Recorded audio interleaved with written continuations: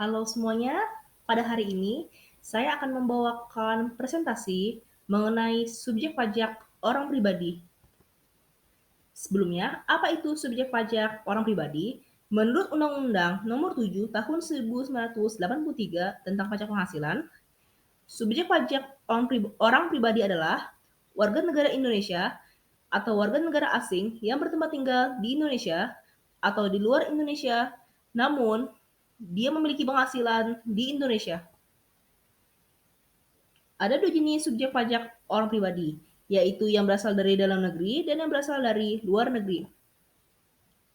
Nah, subjek pajak orang pribadi dalam negeri adalah orang pribadi yang bertempat tinggal di Indonesia atau dia berada di Indonesia lebih dari 183 hari dalam jangka waktu 12 bulan.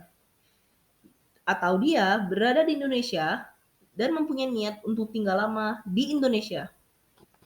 Sedangkan subjek pajak orang pribadi luar negeri adalah orang pribadi yang tidak bertempat tinggal di Indonesia atau dia berada di Indonesia kurang dari 183 hari dalam jangka waktu 12 bulan atau dia tidak berada di Indonesia dan tidak mempunyai niat untuk tinggal di Indonesia.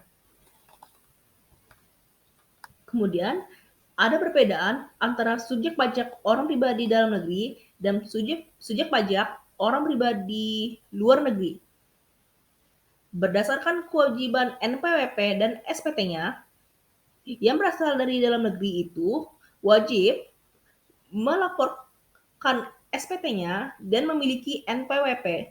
Sedangkan yang luar negeri itu tidak wajib memiliki NPWP dan tidak wajib melaporkan SPT-nya.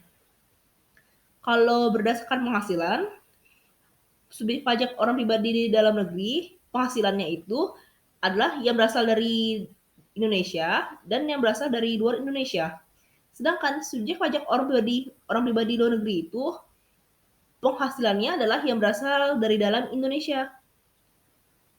Mengenai dasar pengenaan pajaknya, kalau subjek pajak orang pribadi dalam negeri,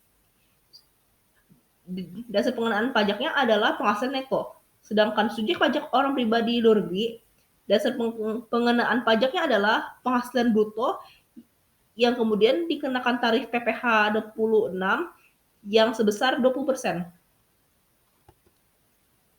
Terima kasih telah mendengarkan presentasi ini dan selamat tinggal.